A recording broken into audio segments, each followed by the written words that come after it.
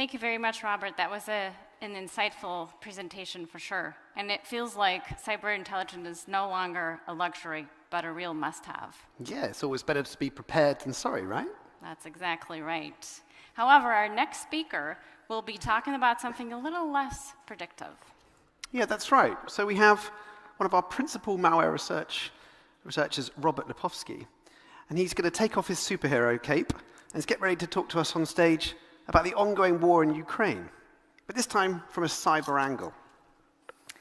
He will not only talk about most recent malware we discovered that precipitated the invasion in February, but he will also give us a retrospective look at the cyberwar raging since 2014.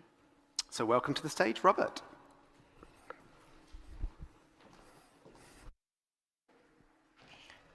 Thank you. Welcome. So, as Rama mentioned, I'm going to go into a little bit of detail so you can understand what kind of visibility that we have. And I'm going to talk about the cyber attacks that have been happening in Ukraine. And for some of those cases, they have been in the news, so you are not going to be hearing about them for the first time. Some of them have even been mentioned yesterday in Richard's presentation, for example. But one aspect which may not be immediately obvious is that research has really good visibility in Ukraine. As you heard, we are the #1 security vendor there. And intelligence really is based on the visibility that we have. So we really are at the forefront of the research into the cyber attacks there. And also, credit goes to my fellow ESET researchers who are behind most of the discoveries I'll be talking about today. So also, we'll be answering the question, so what kind exactly of cyber attacks has Ukraine been dealing with, and whether they can spill over to other countries as well. So, February 24th, 2022. We all know what happened. It was the beginning of the barbaric Russian military invasion of Ukraine, which on Friday will have been going on for 100 days now, by the way. On the cyber front, on the previous day, in fact just a few hours preceding the invasion, we detected destructive wiper malware in a number of high-profile organizations in the country. But before I go into the details on that, let's take a step back in time, because as was mentioned, Ukraine has been heavily targeted by cyber attacks for years now. And we've observed a notable increase in targeted APT attacks in the country since 2014, around the time of the Russian occupation of Crimea and the beginning of the war in Donbass. Now, over those years, we have traced those attacks to a number of APT groups. Here on this slide, you can see a selection of some of the most notable ones. And in the presentation, I'm going to focus on the most aggressive of these groups, and that's Sandworm. Sandworm has been attributed to the Russian Military Intelligence Service, the GRU. And in October 2020, the FBI even released a public indictment of these nice fellows, these 6 GRU hackers, for taking part in some of the attacks we'll discuss next. So we've been tracking the activity of this APT group for a long time now, many years, and we've detected more and more campaigns against high-value targets in Ukraine since around the end of 2013. And we've seen attacks using the black energy malware even in the years before in Ukraine, like in 2012, for example.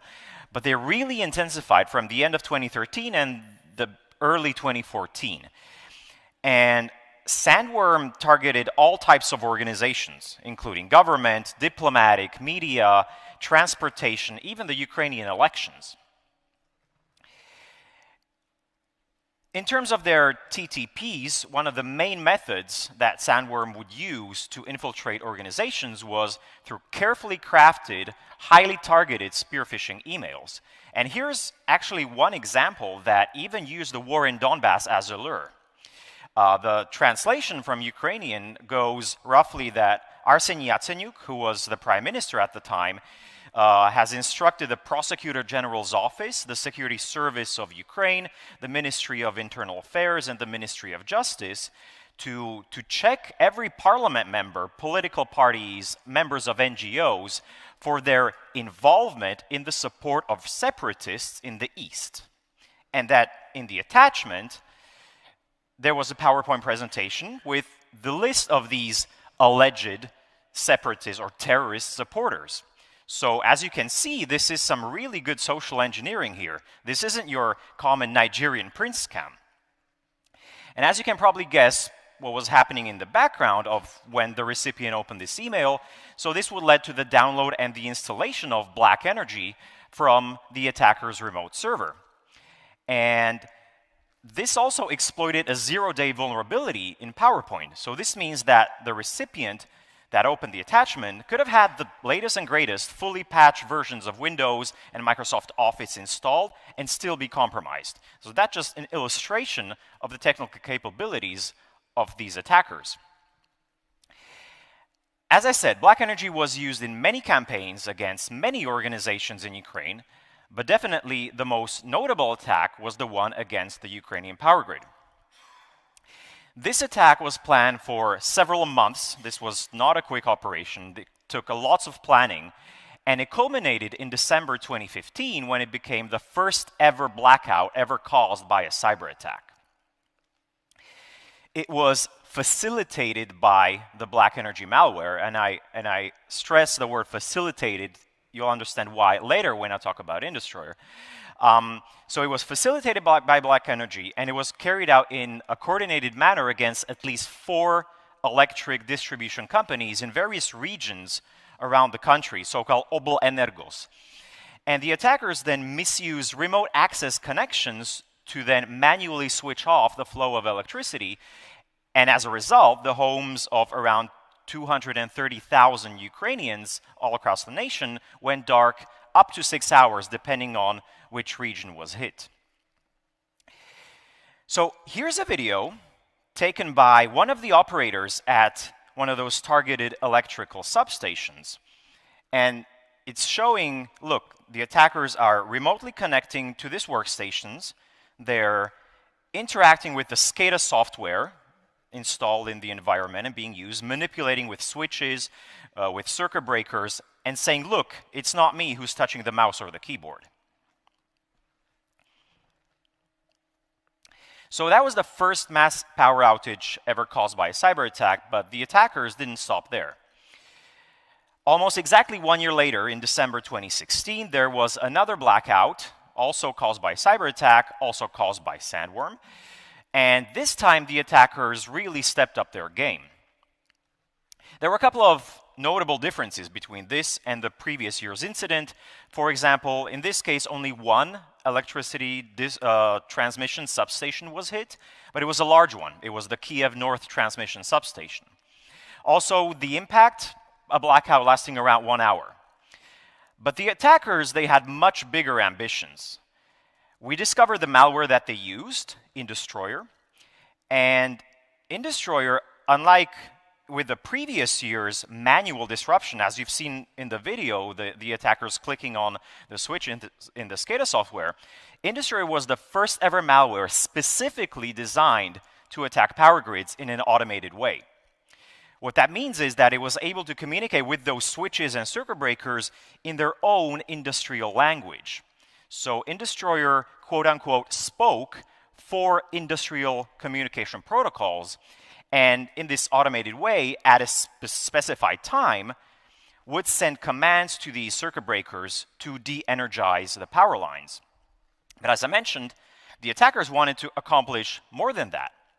So the second step was to wipe SCADA software so that the operators couldn't see the status of the environment.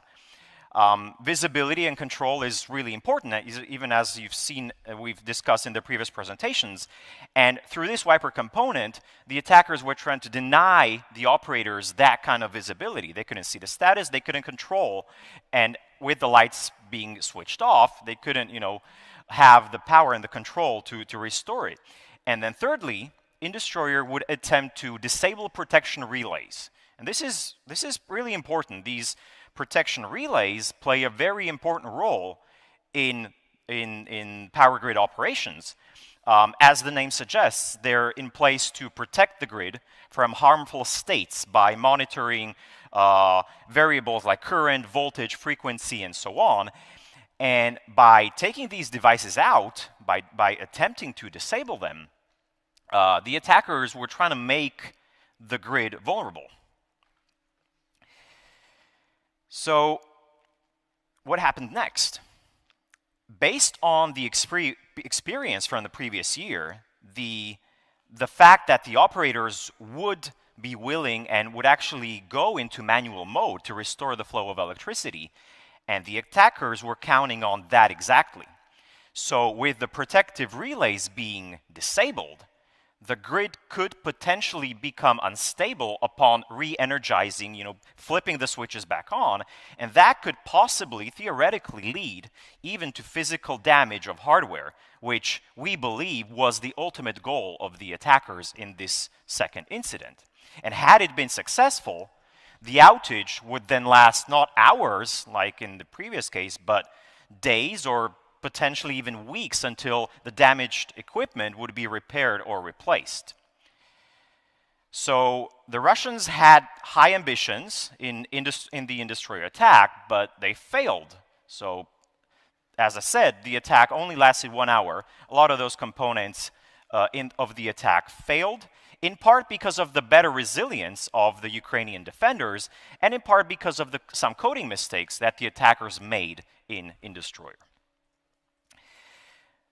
Then in the following years, there was a lot of evolution of the tool set used by Sandworm.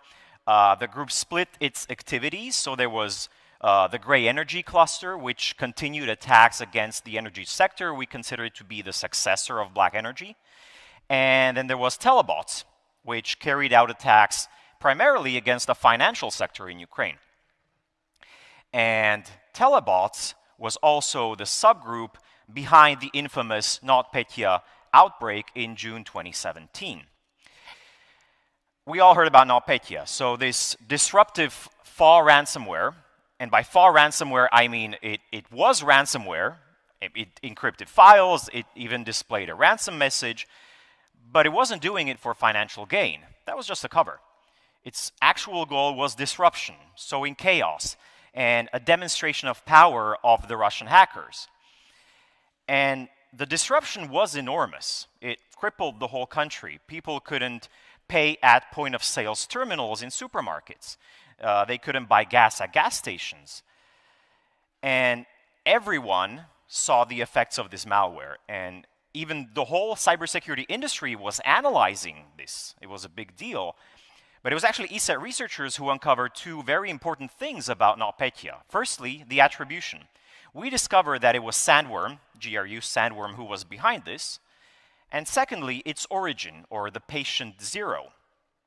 So how come it was able to spread so quickly all over the country?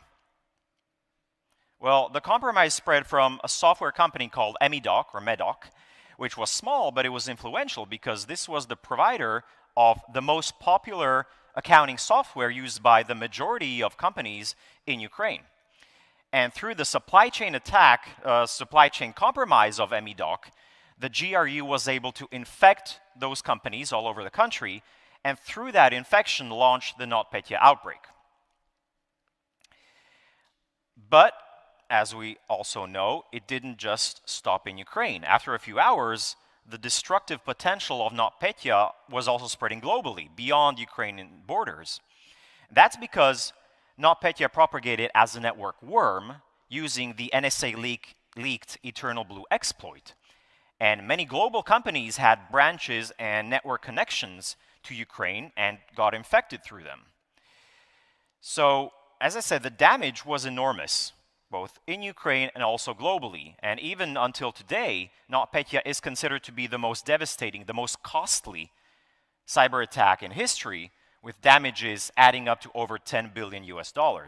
And that number is probably just the tip of the iceberg, reported by some of the largest victims, like the transportation giants, Maersk and FedEx, or the US-based pharma company Merck, and even the Russian oil corporation Rosneft. So, although the spillover in the NotPetya case beyond Ukrainian borders, and probably the Rosneft compromise as well, it may have been unintended collateral damage. There were other cases where it wasn't. So the GRU sandworm deliberately targeted entities in Poland, Georgia, France, and together with the other Russian APT groups, also other NATO countries. So this already answers the question everyone is asking: should we be worried? Can other countries outside of Ukraine be targeted? And the answer is, well, they already have been. And yes, the risk is real, so we need to be prepared and expect future attacks. So those most notable, those most visible attacks by sandworm happened between 2015 and 2017. And in the following years, the GRU continued to be active, but kept a much lower profile until now. So the attack using malware we named Hermetic Wiper started on February 23rd around 5 p.m. local Ukrainian time, preceding the Russian military invasion by only a few hours. We found Hermetic Wiper on hundreds of systems in at least 5 Ukrainian organizations, and it was trying to corrupt their data and render the computers unbootable. And so when the employees came to work in those organizations, they couldn't use their computers, they couldn't do their job. And also, as a result, any public-facing services being offered by those companies, such as websites, would also be inaccessible to the public. On a technical level, what it was doing, it would wipe the master boot record, the master file table, and critical files on disk, for example, files containing the registry hives, and other critical parts. Also, it was trying to disable volume shadow copies to hinder recovery efforts.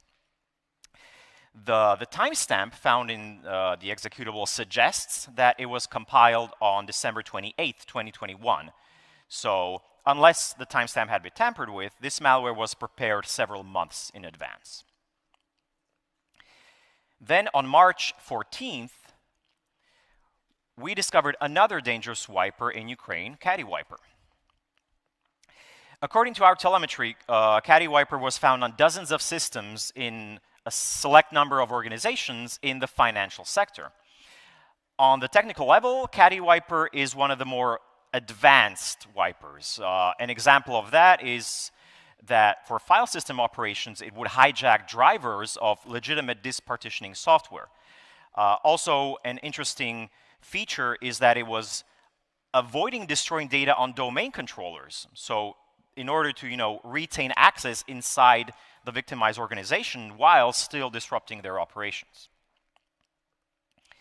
And then on April 8th, we were contacted by CertUA to help to respond to a cyber incident which affected an energy provider in Ukraine and to help analyze a suspicious piece of malware. And our analysis found that the threat was bigger than expected because it was a new version of Indestroyer. So I should really stress this was only the 3rd time in history when hackers tried to tamper with the distribution of electricity. All 3 cases happened in Ukraine. All 3 were carried out by GRU's sandworm, and this latest time at a time of full-scale war. So while the first Indestroyer incident caused a blackout with a duration of 1 hour, this latest one didn't even accomplish that. So that's positive. The attack was thwarted thanks to outstanding work by the defenders at the targeted energo company, CertUA, and the support of our Ukrainian partner and the assistance of ESET researchers. So although no blackout actually took place, this was still a big deal, because had it been successful, more than 2 million people could have been left in the dark, because the targeted Obelenergo is the provider of electricity in a region with that many people. So without a doubt, this has been the most significant cyber attack during the war so far. On a technical level, Indestroyer 2 appears to be a simplified version of the original in a way. It was deployed as a single Windows executable. It spoke only one protocol versus 4 protocols which were spoken by Indestroyer 1. But it does share quite a number of code similarities with the first version, indicating that it was built from the same source code. Also, the Indestroyer 2 incident employed additional malware to amplify the impact of the disruption, specifically through wipers. So as you can see, wipers are kind of a recurring theme here, with the intention to make the recovery more difficult and for the attackers to cover their tracks and to thwart post-incident investigation. The wipers in this incident were devised for multiple platforms. So for Windows, there was a new version of Caddy Wiper, and then there were other wipers also for Linux and Solaris. So what we just covered really is just the tip of the iceberg. There were many other attacks, both by Sandworm and also the other APT groups, some of which have also been attributed to Russian 3-letter agencies, the GRU, and also the SVR and the FSB. I'll mention one other APT group before we conclude, and that's Gamaridon, which has been attributed to the FSB, because that's by far the most active APT group in Ukraine. And what they lack in sophistication, at least compared to Sandworm, they make up for in volume. And we've been detecting attacks almost on a daily basis in the past couple of years. So wrapping up, what's the role of these Russian cyber operations in this conflict? Well, they're going after 2 main objectives. First, it's espionage. And depending on the target, I mean, it can be a diplomatic, it can be a military target. This can provide strategic and tactical advantages in the conflict. And then the second objective has been sabotage, as we discussed, disruption, destruction, and also signaling, the demonstration of power. Also, these 2 objectives are not mutually exclusive. So in a lot of cases, we have seen overlaps, or where it was first the silent, the covert part, or pre-positioning for the more visible, destructive parts of the attack. Now, I wouldn't dare to compare these cyber attacks with the atrocities happening on the ground, but the fact is that cyber is a domain in warfare, and Russian cyber attacks are happening alongside the kinetic military aggression. And we see it as our job at ESET to defend organizations, businesses, critical infrastructure, and people in Ukraine, and also in the other countries that have been targeted by the aggressor, and we expect the attacks to continue. And ESET is here to protect from them.